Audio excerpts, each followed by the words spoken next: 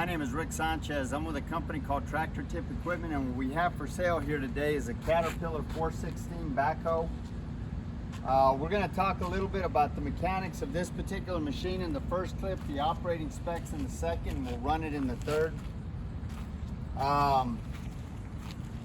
The serial number of this machine is 5 Paul Charlie 1459. I'm going to leave that last digit blank. Again, we're going to talk about the mechanics in the first clip, the operating specs in the second, then we'll run it in the third. If you buy this machine from me or some of the others we have for sale, we've got some compactors, some loaders, backhoes. We've got quite a few things right now. So point is, if you buy any of these machines from me, you're going to be dealing with Perf Provencio. He's my right-hand man. He's the guy running the camera. Price on a new machine like this these days is probably somewhere around $120,000 for a cat machine.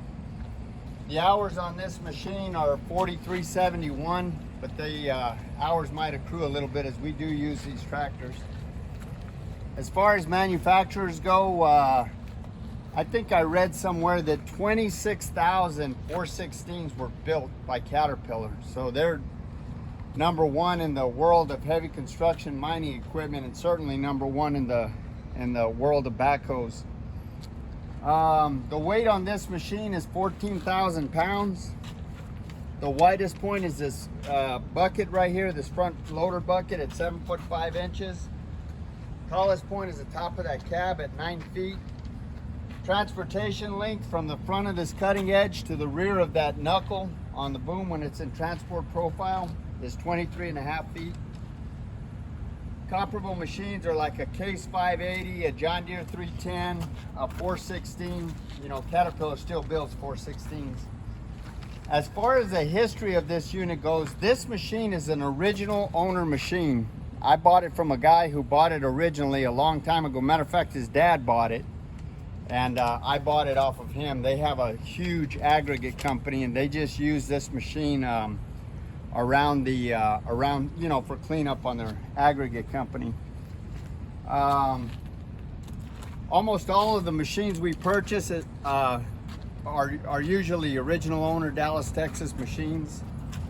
I say that because this machine essentially has no rust. You can see where the paint's flecked off of it and the rainwater's gotten to it, but it in no way, shape, or form is rust pervasive.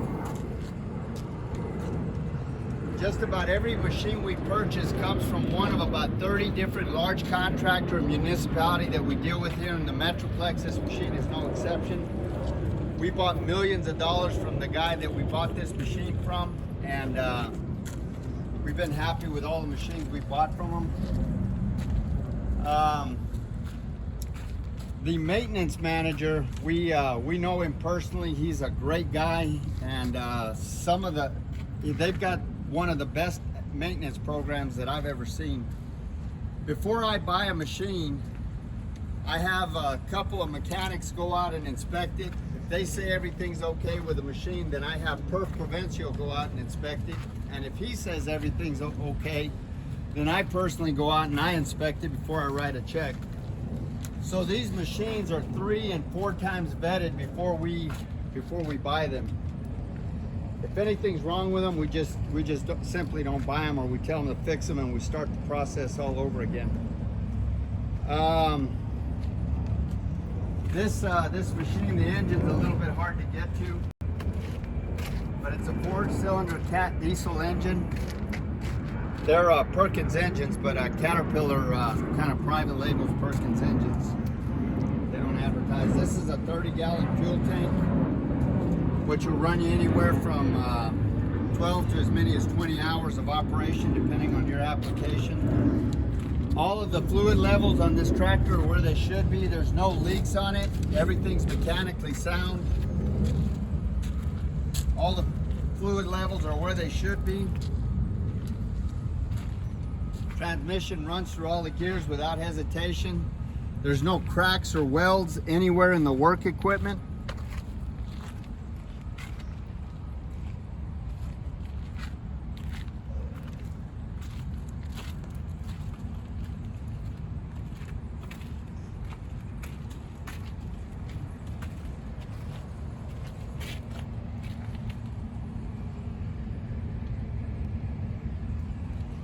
Top speed on this machine is 20 miles an hour in forward and reverse.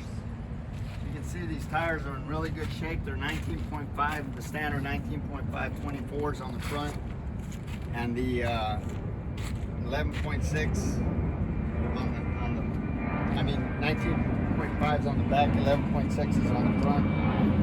There's no cuts on them. They're probably about 85%. Again, all of the hydraulics are strong on this machine. There's no cracks or welds. The transmission runs through all the gears without hesitation. The brakes stop it on a dime. This bucket right here, you can see this is a, it's equipped with a thumb. This is a 24-inch bucket. It's got a 25-inch bite. It's got a little cutting edge that you can cut off if you didn't want it. The height of this bucket is 40 inches, which is about what that thumb is. This thumb is probably about an 8-inch thumb. The depth of the bucket is 30 inches. The dig depth, this is probably, I'd say, about a fifth of a yard bucket. The dig depth on this machine is 14.5 feet.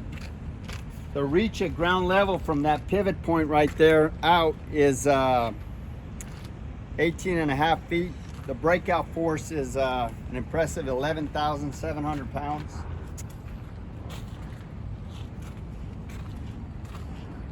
This front bucket again is 7 foot 5 inches wide. It's 3 foot 1 inch tall. It's 29 inches deep. This a yard bucket. This hinge pin right here, if you were loading into a dumpster, the maximum hinge pin height is like 9.5 feet. The breakout force on this loader is 8,524 pounds, and the lifting capacity is 5,452 pounds. So we're gonna run it in the next clip. Perf, you got anything else you want to say? It's a good backhoe. It's a good backhoe. All of the lights on it work. Everything on it works. Yes, sir. We'll run it in the next clip.